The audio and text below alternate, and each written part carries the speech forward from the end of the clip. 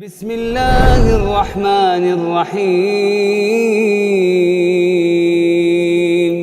الحمد للہ رب العالمین والعاقبۃ للمتقین والصلاة والسلام علی سید الانبیاء والمرسلین وعلی آلہ واصحابہ ومن تبعہم باحسان الی یوم الدین، اما بعد۔ حضرات گرامی، آج کے ہم اس درس کے اندر مختصر مجلس میں سورۃ الاعراف کے بارے میں ذکر کریں گے۔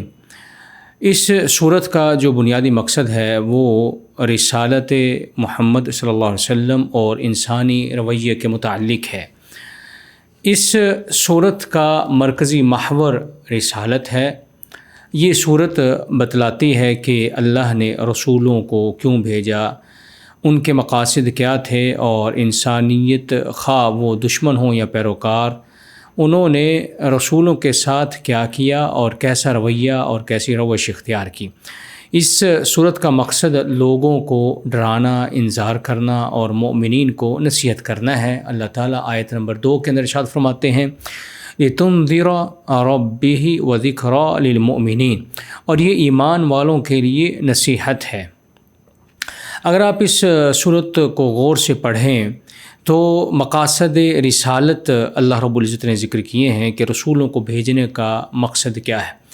اس صورت کے مطابق رسولوں کی بعثت کے کئی جلیل القدر مقاصد ہیں، جن میں سے ایک یہ ہے کہ آیت نمبر 6 میں اللہ تعالیٰ ارشاد فرماتے ہیں کہ اتمام حجت ایک مقصد ہوتا ہے رسولوں کو بھیجنے کا، تاکہ قیامت کے دن انسان یہ عذر پیش نہ کر سکے کہ اسے ہدایت نہیں ملی۔ چنانچہ اللہ تعالیٰ آیت نمبر 6 کے اندر ارشاد فرماتے ہیں فَلَنَسْأَلَنَّ الَّذِينَ أُرْسِلَ إِلَيْهِمْ وَلَنَسْأَلَنَّ الْمُرْسَلِينَ، کہ ہم ضرور ان سے پوچھیں گے جن کی طرف رسول بھیجے گئے، اور ہم ضرور رسولوں سے بھی اس بابت دریافت کریں گے، پوچھیں گے، سوال کریں گے۔ ایسے ہی اس کے مقصد میں سے ایک یہ ہے کہ شیطانی فتنے سے اللہ تعالیٰ انسان کو بچائے۔ شیطان نے جس طرح آدم علیہ السلام اور حوا علیہ السلام کو جنت سے نکلوایا، رسول اس کے شیطان کے مکر سے بچانے آتے ہیں۔ اللہ تعالیٰ آیت نمبر 27 میں ارشاد فرماتے ہیں یا بنی آدم لا یفتننکم الشیطان کما اخرج ابویکم من الجنۃ، اے آدم کی اولاد، تمہیں شیطان نہ بہکائے جیسا کہ اس نے تمہارے ماں باپ کو بہشت سے نکالا، بھٹکا کر، گمراہ کر کے۔ ایسے ہی اس صورت کا ایک مقصد یہ بھی ہے اس صورت کے اندر کہ زمین میں فساد کرنا، اس سے اللہ نے منع کیا ہے اور احسان کا نظام قائم کرنے کا حکم دیا ہے۔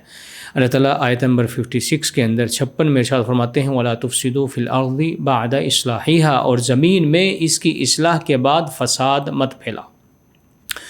اس صورت کا اگر آپ مزید مطالعہ کریں تو آپ کو پتہ چلے گا کہ اس صورت میں رسولوں کے ساتھ دشمنوں کا جو سلوک تھا وہ بھی اللہ تعالیٰ نے 5 مراحل میں ذکر کیا ہے۔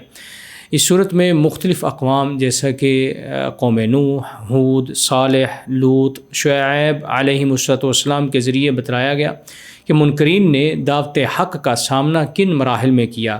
نمبر 1، گمراہی کا الزام لگایا۔ قوم نوح نے کہا حضرت نوح علیہ السلام سے کہ آپ بھٹک گئے ہیں، ایسے صفاحت اور تکذیب کی، یعنی قوم عاد نے حضرت ہود علیہ السلام کو بے وقوف کہا۔ ایسی معجزات کا مطالبہ بھی قوم نے کیا کہ قوم ثمود نے اونٹنی کا معجزہ دیکھ کر بھی رسول اللہ کی تکذیب کی۔ ایسے ہی چوتھی چیز اس کے اندر جو آپ کو ملے گی وہ فحش گوئی اور نظر انداز کرنا، یہ بھی ایک قوم کا وطیرہ اللہ نے ذکر کیا ہے کہ قوم لوط نے پاکیزگی کا مذاق اڑایا۔ ایسے ہی 5ویں چیز جو ایک قوم کی خصلت تھی وہ ذکر کی کہ اخراج، یعنی نکالنے کی اور ہجرت کرنے کی دھمکی دی۔ قوم مدین نے شعیب علیہ السلام کو بستی سے نکالنے کی دھمکی تھی، اس کا ذکر بھی صورت کے اندر آپ کو ملے گا۔ ایسے ہی صورت میں مزید مطالعہ کرنے سے آپ کو پتہ چلے گا کہ اس صورت میں متبعین کا رویہ کیا ہوتا ہے انبیاء کے ساتھ، اور خاص طور پہ بنی اسرائیل کی اللہ رب العزت نے اس صورت کے اندر مثال دی۔ سورہ میں ایک اہم نقطہ یہ بھی اٹھایا گیا کہ رسولوں کو صرف کفار سے نہیں بلکہ اپنے پیروکاروں سے بھی اذیت پہنچی۔ بنی اسرائیل کی نافرمانیاں نجات پانے کے فوراً بعد بت جو انہوں نے بنایا عجل اس کا مطالبہ کیا، اللہ کو دیکھنے کی ضد کی اور ہفتے کے دن انہیں اصحاب السبت کے معاملے میں حیلہ سازی کی۔ ایسے ہی اس صورت میں پتہ چلتا ہے کہ نقض میثاق بھی بنی اسرائیل نے کیا، انہوں نے وہ عہد توڑا جو طور کے سائے میں، پہاڑ طور کے سائے میں اللہ رب العزت نے ان سے لیا تھا۔ اللہ تعالیٰ آیت نمبر 171 میں ارشاد فرماتے ہیں وَإِذْ نَتَقْنَا الْجَبَلَ فَوْقَهُمْ كَأَنَّهُ ظُلَّةٌ خُذُوا مَا آتَيْنَاكُمْ بِقُوَّةٍ، اور جب ہم نے پہاڑ کو ان کے اوپر بلند کیا گویا وہ سائباں بن گیا تھا، جو کچھ ہم نے تمہیں دیا اسے مضبوطی سے پکڑو۔ اس صورت میں ایک مضمون یہ بھی ذکر کیا ہے کہ مقام رسالت اور شرک کا باطل ہونا بھی ذکر کیا۔ رسول اللہ کے پیغمبر ہیں، معبود نہیں، وہ غیب نہیں جانتے اور نہ نفع نقصان کے مالک ہیں۔